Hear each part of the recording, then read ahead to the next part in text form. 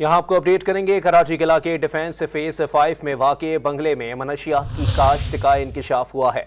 Excise police के मुताबिक गिरफ्तार मुलजिम की निशानदही पर बंगले पर छापा मारा गया। मजीद जानते हैं टॉन न्यूज़ के नुमाइंदे इमरान हफीज से। इमरान, मजीद बताइएगा इस हवाले से। देखिए, एक्साइज नारकोटिक्स ने जो है वो खुफिया इत्तला पर कार्रवाई की है। कार्रवाई के दौरान जो एक गैर मुल्की जो अपनी गाड़ी के अंदर सवार था, इसकी तलाशी के दौरान इसकी गाड़ी से जो है वो उन्होंने जो है वो 1 किलो से जायद जो है वो 20 ग्राम मंशियात और गैर मुल्की शराब बरामद की।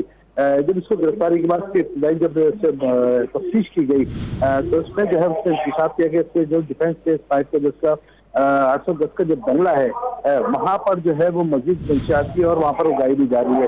जब टीम वहां पर पहुंची है तो गमलों के अंदर भी मंशियात तरीके से काश की जा रही थी।